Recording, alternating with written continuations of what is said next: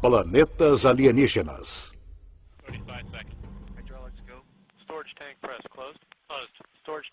6 de março de 2009. Este foguete Delta II está passando pelos testes finais pré-lançamento.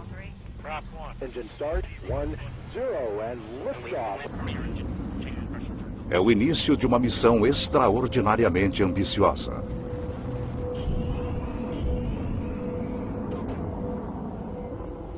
O Observatório Espacial Kepler está procurando por planetas similares à Terra em uma região que abrange 100 mil estrelas.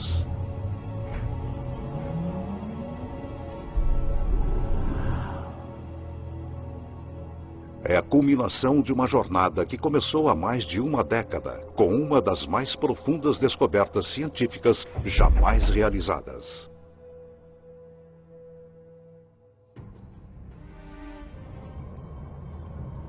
Em 1995, o astrônomo suíço Michel Mayor e sua equipe fizeram uma observação rotineira de estrelas da constelação de Pégaso, localizada a 50 anos-luz de distância.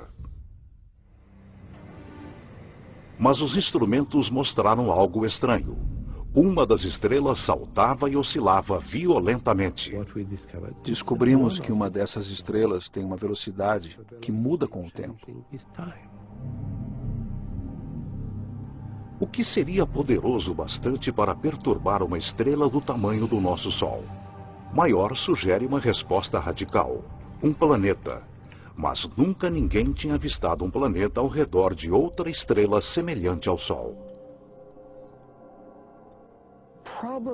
O problema de se detectar planetas ao redor de outras estrelas é que, conforme um planeta orbita uma estrela próxima, esse planeta se perde por causa de sua luz tênue no clarão da estrela muito brilhante. Apesar da improbabilidade, Mayor confia em seus dados e está convencido de que as oscilações são causadas pela atração gravitacional de um planeta em órbita. Quando eu li essa afirmação do Michel Mayor, eu fiquei muito cético. Já tinha havido muitas falsas alegações sobre o primeiro planeta descoberto ao redor de outra estrela. E eu pensei, aqui vamos nós de novo.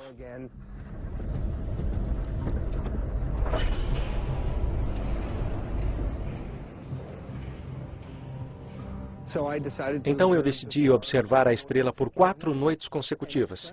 E, surpreendentemente, ela oscilava exatamente como Michel Mayor havia dito. Michel Mayor e seu colega de equipe Didier Queloz anunciam sua descoberta que agita a comunidade científica.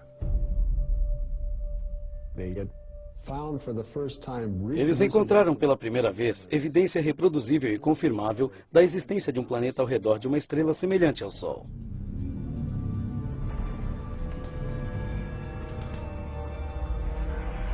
Oficialmente chamado 51 Pégase B, o planeta foi apelidado Belerofonte, em homenagem ao herói grego que domou o cavalo alado Pégaso. É um planeta que quebra todas as regras.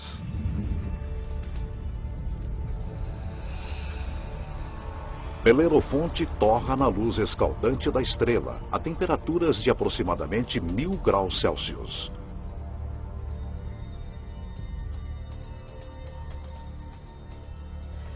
Tem quase 150 vezes a massa da Terra e é um gigante gasoso como Júpiter.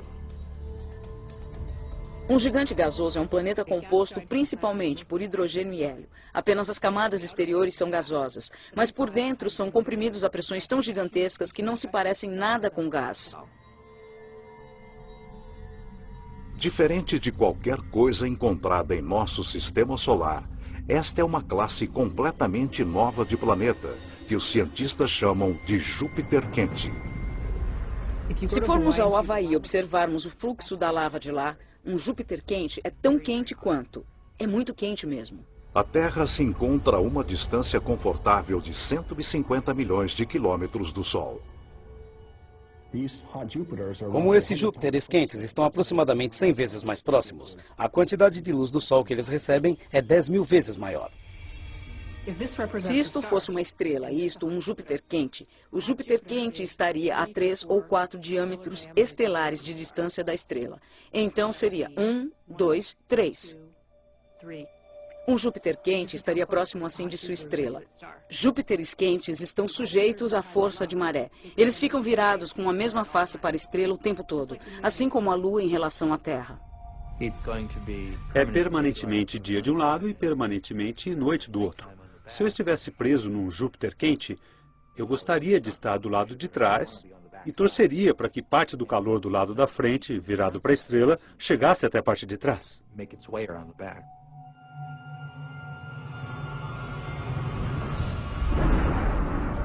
As variações na temperatura causam ventos extremos na atmosfera de Belerofonte. Conforme o ar é cozido pela estrela, ele sobe. Ar mais frio avança para baixo para substituí-lo, assim como acontece na Terra. O vento uiva a milhares de quilômetros por hora, muito além de qualquer coisa que poderíamos suportar. As rajadas de calor garantem a inexistência de vapor de água, mas isso não significa que não haja chuva. É quente demais para que nuvens de água se formem aqui. Aqui as nuvens seriam feitas de ferro. O vapor de ferro pode existir a temperaturas bem mais elevadas que o de água. E por isso, as coisas podem ficar um pouco complicadas.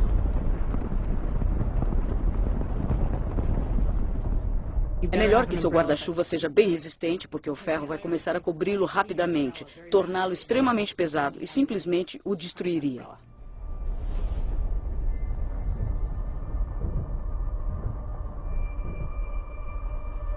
O céu acima se enche de cortinas dançantes de cores. Partículas carregadas da estrela próxima formam auroras bem mais radicais do que a aurora boreal na Terra. Esse planeta recentemente descoberto possui outra característica singular. Belerofonte orbita seu Sol em apenas 4,2 dias. Nenhum planeta que se respeite orbita uma estrela em 4,2 dias. Nenhum dos planetas em nosso sistema solar leva um tempo tão curto. Para os cientistas, a órbita minúscula desafia as noções antigas de como os planetas se formam. O fato de que o planeta orbitava a cada 4 dias era um enigma total. Até que uma noite, no meio da noite, acordei e pensei, isso deve ser prova de que os planetas migram para dentro. Eles não ficam parados onde estão. A chave do enigma encontra-se em como os planetas se formam. Os planetas são um subproduto da formação das estrelas. Quando as estrelas se formam, elas têm um disco de poeira e detritos à sua volta, e desses detritos formam-se os planetas. Muito do que sabemos vem do telescópio espacial Hubble, conforme ele se volta para regiões como a nebulosa da Águia. Essa nuvem interestelar é adornada por discos de poeira e gás que se contraem. Um aglomerado gigante se forma no centro de cada disco. As temperaturas chegam a 10 milhões de graus Celsius.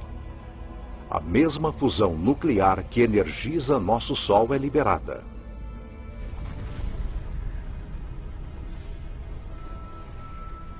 A estrela nasce. A radiação da estrela gera um vento estelar que empurra para longe a poeira e os detritos restantes.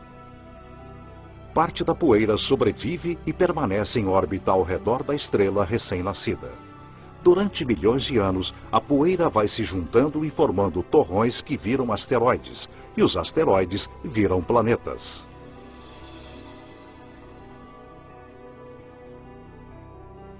Esses planetas migram através do disco até que encontram uma órbita estável.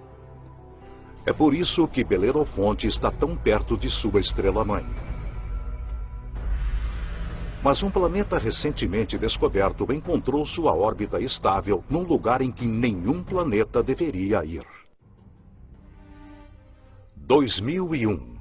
O telescópio espacial Hubble está direcionado para uma estrela obscura a uns 150 anos-luz de distância da Terra na constelação de Pégaso. Essa é a mesma região onde Belerofonte foi descoberto 6 anos antes. O Hubble está rastreando outro Júpiter quente descoberto pelo astrônomo Geoff Marcy. Mas este é diferente de Belerofonte. Provavelmente você já ouviu falar do planeta HD 209458b. É um nome terrível. Um nome terrível para um planeta terrível. O HD 209458b foi apelidado por alguns como Osíris, o deus egípcio dos mortos. Osíris tem mais de 200 vezes a massa da Terra.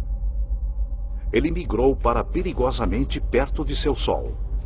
A apenas 6,5 milhões de quilômetros da superfície solar flamejante, Osíris arde no inferno planetário.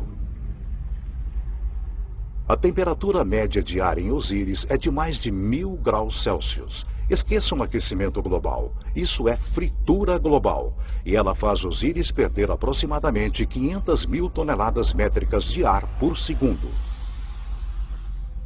Há um vazamento de gás, um fluxo contínuo de hidrogênio e hélio. E isso está formando uma nuvem grande, enorme ao redor do planeta. Sua atmosfera está vazando para dentro do espaço.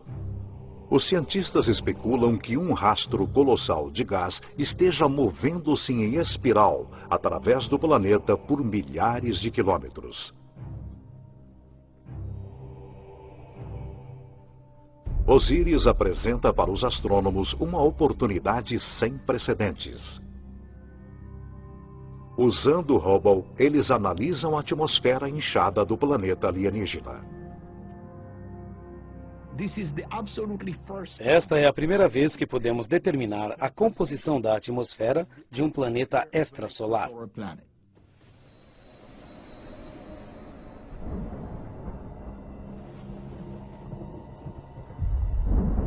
Surpreendentemente, o Hubble detecta muitas substâncias químicas básicas necessárias à vida: sódio, carbono, hidrogênio e oxigênio.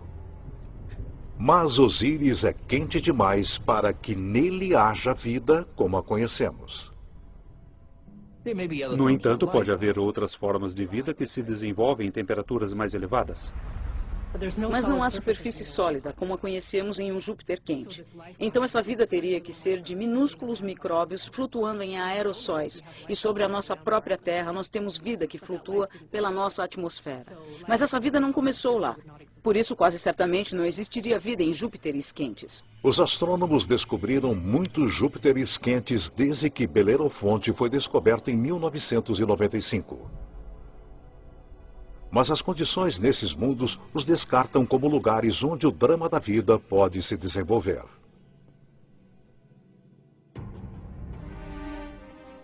No entanto, um desses gigantes gasosos é um planeta que desafia as regras da evolução. O astrônomo Geoff Marcy descobriu algo surpreendente sobre um planeta que orbita uma estrela chamada 16 Cygnos B, localizada a cerca de 70 anos-luz de distância na constelação de Cygnos, o Cisne.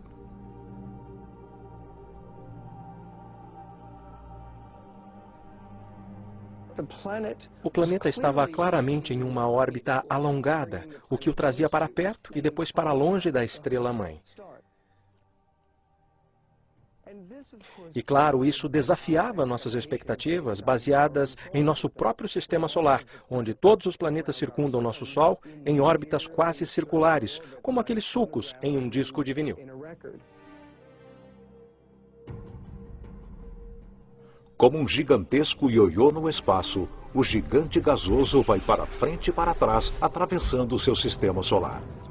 Seria como se a Terra fizesse uma investida de mais de 40 milhões de quilômetros para mais perto do Sol e depois ultrapassasse Marte em direção a Júpiter todos os anos.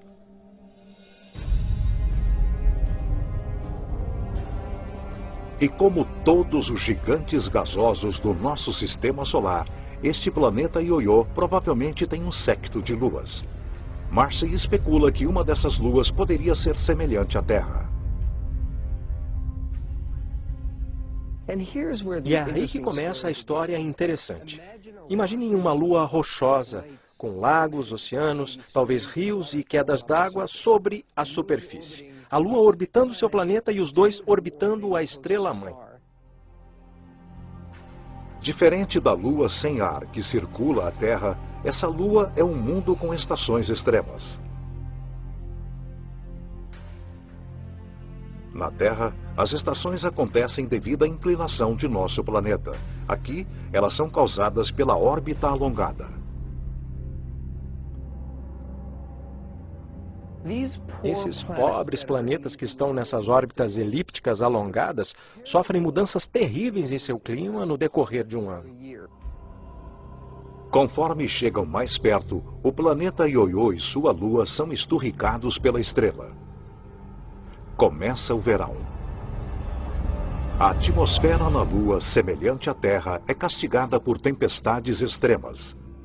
Os furacões de categoria 5 sobre a Terra são pequenos redemoinhos comparados aos vórtices monstruosos que se formam aqui.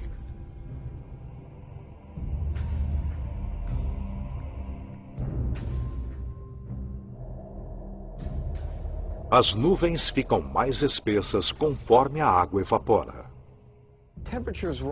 As temperaturas aumentam dramaticamente. Qualquer água ou gás aqueceriam. E, de fato, os oceanos ferveriam e virariam vapor. Seria como uma enorme sauna. Durante o pico do verão, toda a Lua é sufocada por temperaturas de mais de 400 graus Celsius.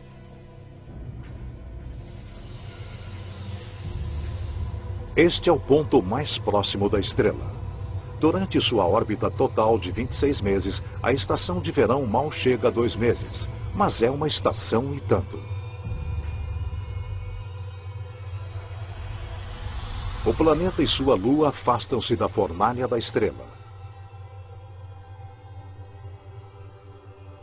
As temperaturas caem para limites que nós acharíamos temperados e confortáveis.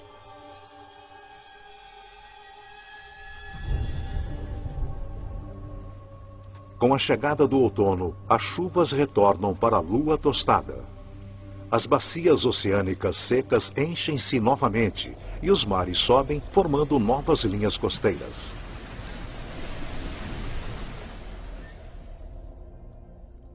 A tranquilidade prevalece, conforme o planeta Ioiô e sua lua entram no congelamento do inverno. Agora, a mais de 320 milhões de quilômetros da estrela, o céu de dia é escuro. As temperaturas oscilam ao redor de menos 160 graus Celsius. Os oceanos congelam e as calotas polares se expandem por sobre a superfície da Lua, formando um lençol de gelo com muitos quilômetros de espessura que engloba todo o planeta. Os invernos são longos, duram 17 meses. Com a chegada da primavera, o Sol aparece radiante no céu sobre essa lua, conforme o gelo racha e derrete violentamente. Enormes icebergs soltam-se para dentro de um oceano tempestuoso que cresce rapidamente.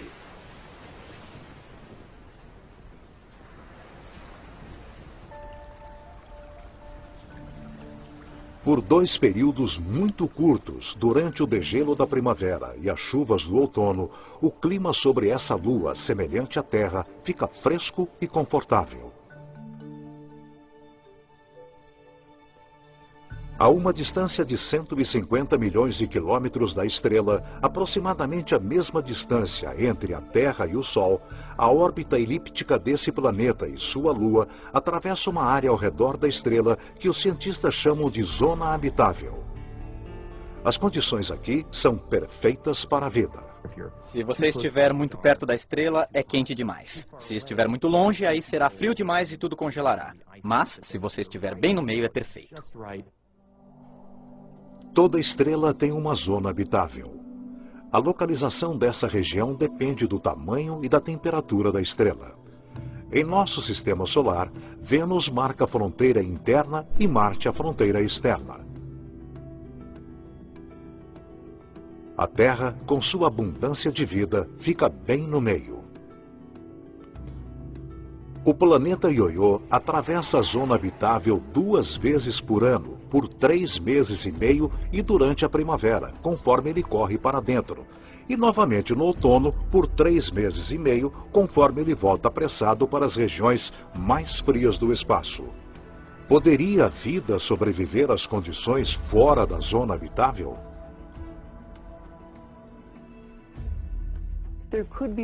É possível que haja formas de vida inteligentes o suficiente para hibernarem, como fazem os animais da Terra durante a estação de inverno. Se isso parecer fantástico, pensem nas zonas das marés da Terra. Nas zonas das marés, a vida prolifera, é claro, perto da praia. E isso acontece apesar das correntes. A água vem e cobre muitas das formas de vida. Quando a maré baixa, a água retrocede, mas mesmo assim essas espécies sobrevivem perfeitamente bem. O estranho ciclo da órbita do planeta Ioiô cria condições transitórias apropriadas à vida, mas também à morte.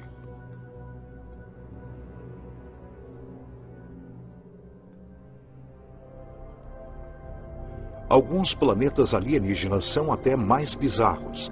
Imaginem um mundo que não tem estrela para orbitar. Os cientistas especulam que a nossa galáxia esteja cheia de planetas errantes, vagando pelos caminhos obscuros do espaço interestelar. São planetas órfãos, planetas expulsos de seu sistema solar pelo caos da migração planetária. Os astrônomos chamam esses mundos de planemos. Planemos são planetas sem estrela. Eles vagam pela galáxia indefinidamente. Que força gigantesca seria necessária para expulsar um planeta de seu sistema solar? Quando uma jovem estrela se forma, com um contingente de planetas à sua volta, muitos desses planetas interagem uns com os outros gravitacionalmente. Empurram uns aos outros, estilingam uns aos outros, de modo que um deles é ejetado do sistema planetário, eliminado do programa por votação.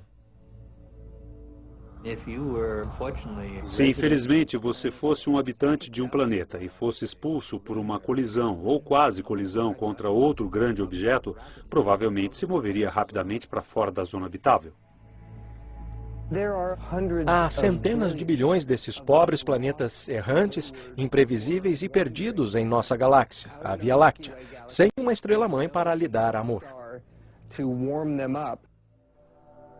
Frios, escuros e silenciosos. Como os planemos não têm sol, eles são mundos sem dias nem anos.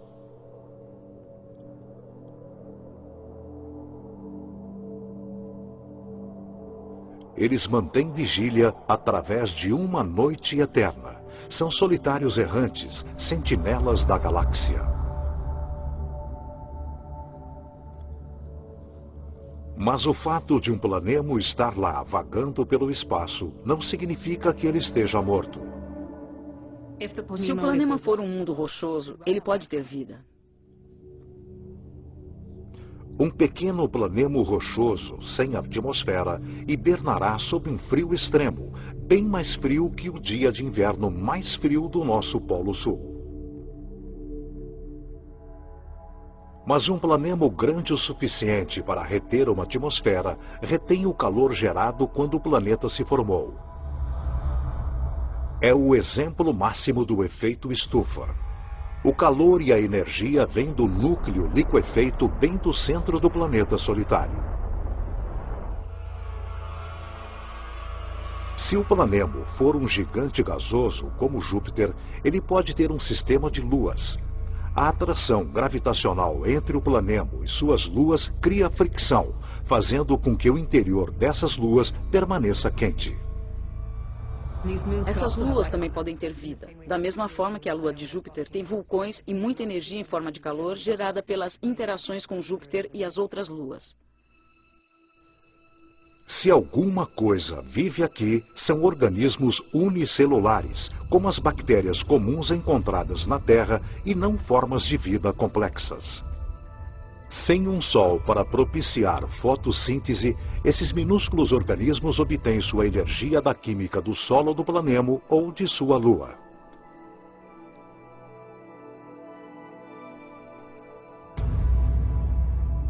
Há condições semelhantes na Terra. Colônias de bactérias são encontradas bem no fundo das minas na África do Sul. Elas não têm acesso a oxigênio ou à luz e sobrevivem inteiramente das substâncias químicas que produzem a partir da terra que as circunda. Seu metabolismo é extremamente lento e elas se reproduzem apenas uma vez a cada 1000 anos. Se há vida em um planeta sem Sol, essa vida poderia ser organismos como esses, isolados quando seu planeta era jovem. Enquanto os planetas adormecem sem serem perturbados, o mundo vem sendo destruído por mudanças caóticas desde o início dos tempos.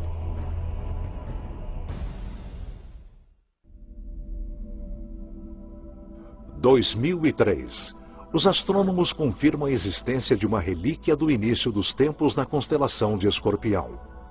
A maioria dos planetas encontrados fora do nosso sistema solar está localizada no disco principal da nossa galáxia.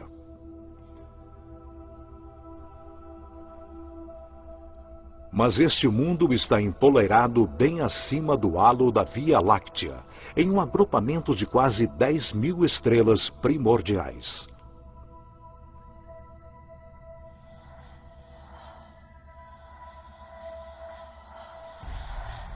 O planeta B162026 é mais conhecido por seu nome não oficial, Planeta Matusalém, a pessoa mais velha da Bíblia.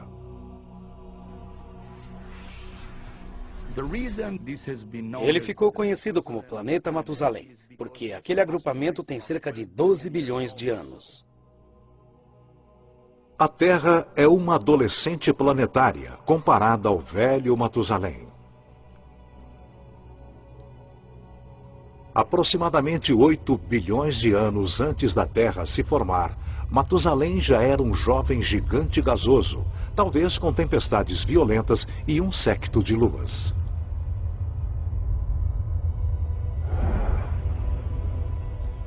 Os eons passam e os ventos e as tempestades diminuem, deixando para trás um mundo pacífico. De repente, duas estrelas surgem no céu. Elas são os centros queimados de estrelas mortas há muito tempo, assombrando o agrupamento.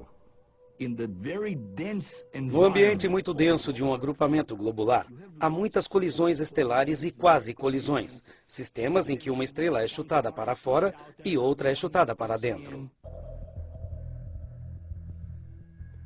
Em uma dança cósmica de gravidade semelhante à migração de planetas, uma das estrelas é expelida e substituída pela estrela-mãe de Matusalém. Matusalém agora é um planeta com 2 sóis.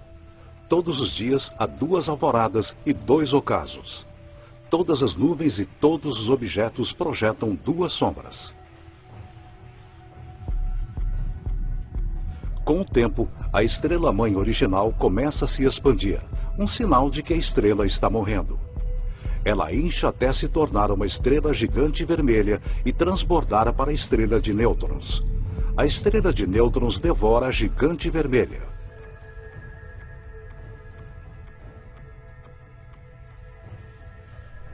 Hoje, Matusalém é um mundo aprisionado pelos esqueletos de 2 estrelas mortas. O núcleo despido da gigante vermelha e sua acompanhante, a estrela pulsante de nêutrons. Matusalém é um sobrevivente. Mas nada se compara à estranha anomalia de um pulsar, cerca de 980 anos-luz de distância da Terra na constelação de Virgem.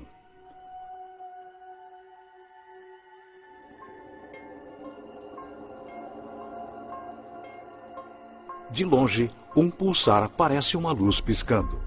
mas de perto, os pulsares bombardeiam seus arredores com radiação letal. Não há lugar para planetas. No entanto, alguma coisa interfere com a precisão deste pulsar. Uma explicação seria que a anomalia é causada por um planeta. Mas muitos astrônomos não acreditam que existam planetas orbitando pulsares.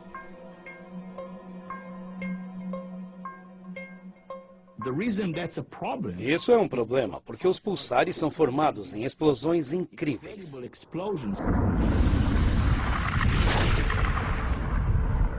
Quando uma estrela gigante vermelha explode, uma bola de fogo titânica conhecida como supernova libera tanta energia em 1 minuto quanto o nosso Sol gera em toda a sua vida. Quando uma estrela vira supernova, a onda de choque é tão imensa que é difícil imaginar que qualquer planeta sobreviva a ela. Quando a poeira cósmica se dissipa, tudo o que resta é o núcleo destruído da gigante vermelha, pulsando no centro de um campo de detritos em expansão.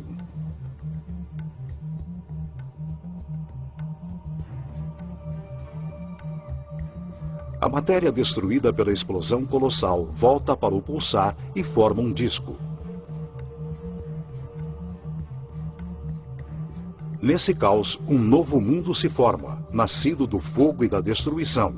Um zumbi planetário surgido da carcaça da ex-estrela gigante vermelha. É incrível que planetas possam se formar nesse ambiente. Um planeta que orbita um pulsar nos dá a impressão de estarmos numa discoteca com uma luz estroboscópica bem forte, que é o pulsar.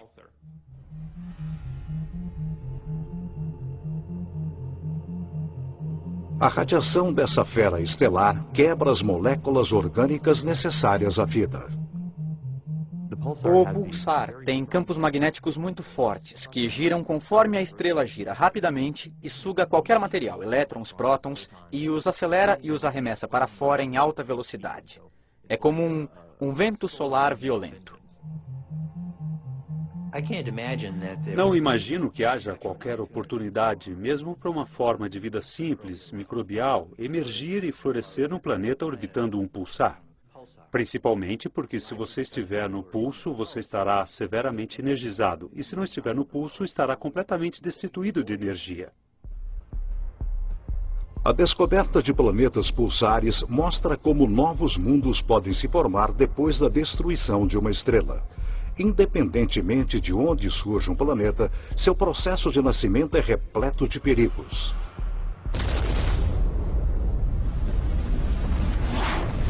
Às vezes, a violência é tanta que o fim do mundo chega antes de seu início. 2007. Astrônomos usando o telescópio gigante Gemini Norte fazem uma estranha descoberta no agrupamento das Pleiades, cerca de 400 anos-luz da Terra. Uma estrela conhecida apenas por seu número de catálogo, HD 23514, é cercada por uma nuvem gigante de poeira e gás com um formato de uma rosca. A estrela no centro dessa formação tem cerca de 100 milhões de anos. Um bebê cósmico em termos astronômicos. O nosso Sol é 45 vezes mais velho. As condições são perfeitas para que se formem planetas. Mas a análise espectral descobre algo estranho. A poeira está completamente pulverizada.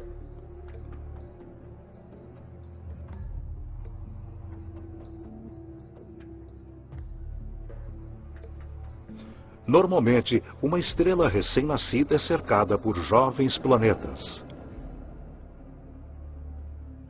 Os planetas se formam ao redor da jovem estrela em um disco protoplanetário de gás e poeira.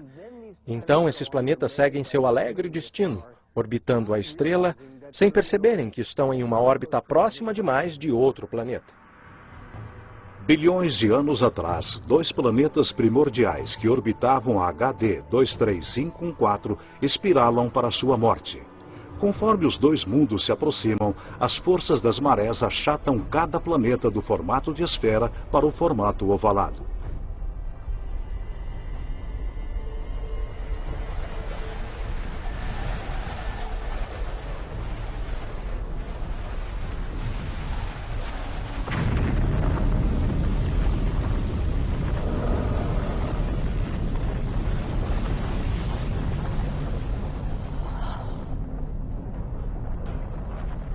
Os dois mundos são aniquilados, criando a poeira e os detritos que vemos ao redor da estrela HD 23514.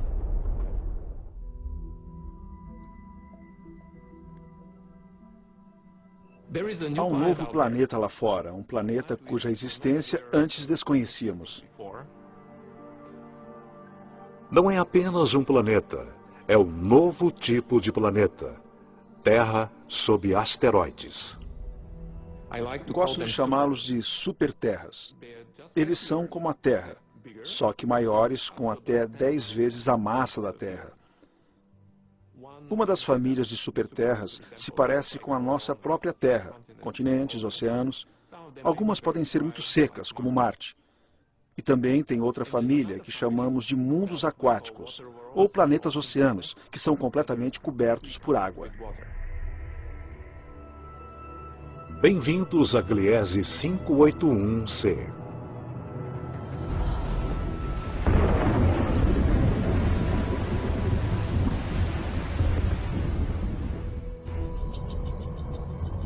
Este planeta foi descoberto por Michel Mayor, e ele orbita uma estrela bem pequena junto com 2 outros planetas. Ele fica apenas a 20 anos-luz de distância na constelação de Libra e é um dos menores planetas terrestres encontrados além do nosso sistema solar. Mas isso não significa que o Gliese 581c seja pequeno. Ele é uma superterra com 5 vezes a massa de nosso planeta Terra e é a possibilidade de encontrar água líquida que anima os cientistas.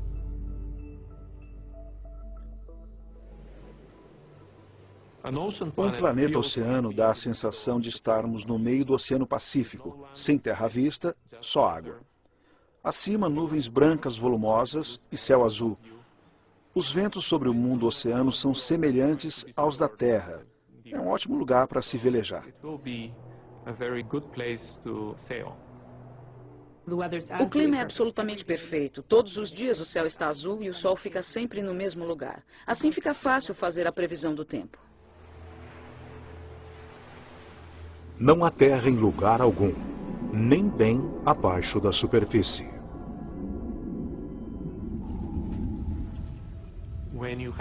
Quando há uma grande quantidade de água, no fundo do oceano forma-se uma pressão muito alta, com mais de 1 milhão de atmosferas.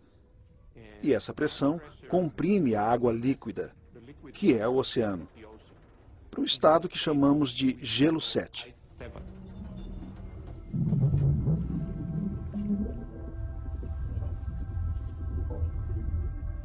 Não é como o gelo da nossa geladeira. As moléculas de água no gelo da nossa geladeira são meio que todas embaralhadas. Mas se o gelo se forma sob alta pressão, as moléculas de água ficam ordenadas e podem ficar alinhadas.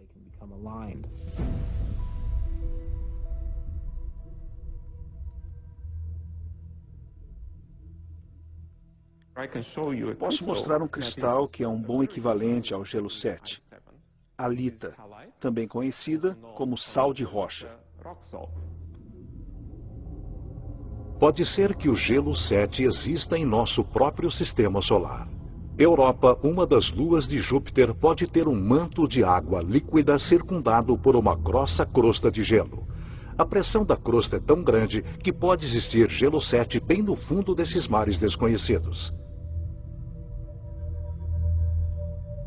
Se nós aumentarmos a escala e degelarmos Europa, ela pode ser um mundo aquático semelhante a Gliese 581c.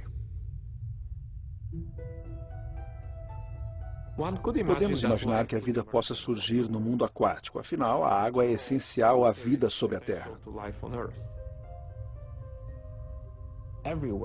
Em todo lugar no nosso planeta onde há água, há vida.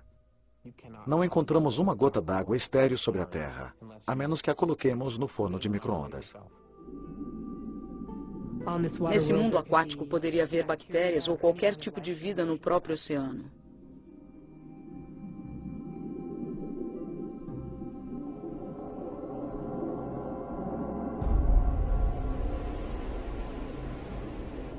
Mas nem todas as superterras são mundos aquáticos repletos de vida. Quando falamos de superterras, falamos de duas famílias principais. Em sua maior parte rochosa, com um pouco de água, e em sua maior parte aquática, com um oceano sem fim. Mas temos que adicionar uma terceira família, de provavelmente superterras e planetas similares à Terra, muito raros, chamados planetas carbono. Um planeta carbono é diferente de qualquer coisa que já vimos. É um lugar com uma química estranha, mas repleto de tesouros terrenos.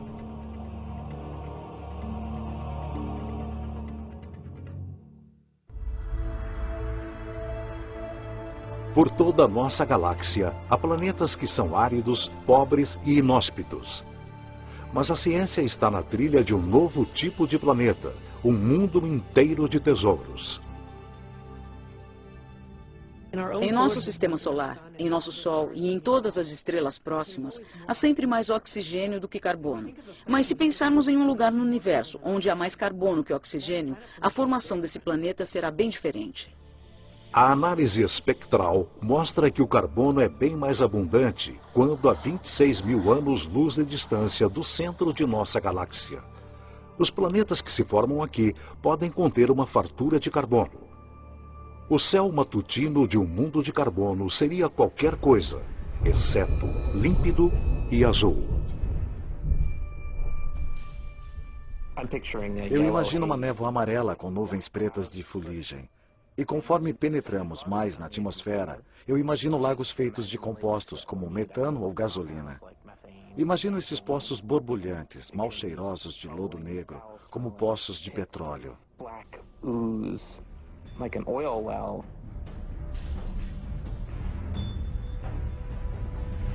Com pouca ou nenhuma água na atmosfera, o ar é formado por compostos de carbono. Metano, butano, pentano, benzeno, todos esses tipos diferentes de compostos de carbono que se separam no refino da gasolina. Um dia pode chover benzeno, no outro pode chover butano. Por mais estranhos que possam parecer os planetas carbono, a qualidade do ar neles pode parecer familiar para alguns. O ar num planeta muito rico em benzeno será parecido ao de Los Angeles, com muitas partículas de smog, às quais infelizmente estamos acostumados por causa do escapamento dos automóveis.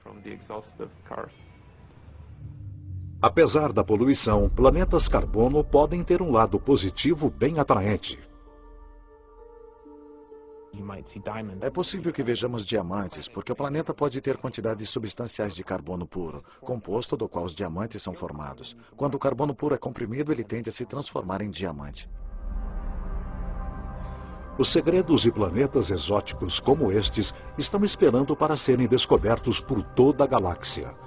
Mas os astrônomos não vão se satisfazer até encontrarem o seu santo graal. Um planeta como o nosso, que sustente a vida. A próxima Terra.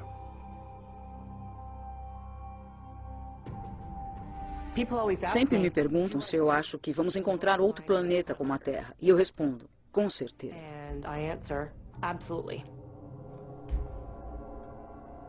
Cada estrela provavelmente possui planetas aproximadamente do mesmo tamanho que a Terra. Achamos que cada estrela tem vários planetas com a massa da Terra ou a massa de superterras. Então, se temos 200 bilhões de estrelas na galáxia, pode haver 400 bilhões de terras ou mais. 400 bilhões de terras. O Observatório Espacial Kepler é o primeiro instrumento capaz de encontrar um desses planetas. O Kepler está direcionado para a constelação de Cygnus, no céu noturno, para 100 mil estrelas. E tira uma foto atrás da outra a cada minuto. E o objetivo do Kepler é simples: procurar entre as 100 mil estrelas aquelas que às vezes ficam escuras. Quando a estrela varia ligeiramente seu brilho, significa que um planeta está passando na sua frente, bloqueando parte de sua luz. O tempo durante o qual a estrela fica sem brilho e a quantidade de luz bloqueada dizem aos cientistas o tamanho do planeta e sua distância de seu Sol. Uma boa analogia para isso seria olhar para a oscilação na luz de uma lanterna no momento em que uma pequena mariposa passasse voando pelo foco da luz. A variação na luz conforme o planeta transita é minúscula.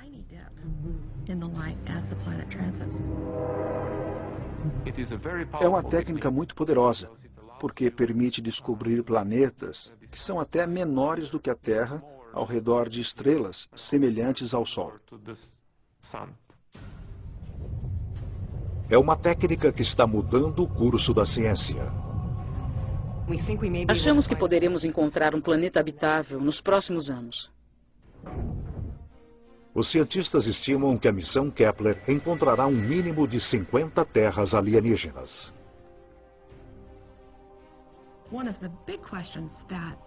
Uma das grandes dúvidas de quem procura a vida fora da Terra hoje é: será que reconheceremos a vida se a descobrirmos? As condições em uma terra alienígena podem fazer com que a vida evolua de forma diferente. Minha esperança é que vamos ver algum sinal que nos arrepiará totalmente. Seja qual for esse sinal, será o primeiro capítulo da maior história científica jamais contada. Versão Marshmallow São Paulo.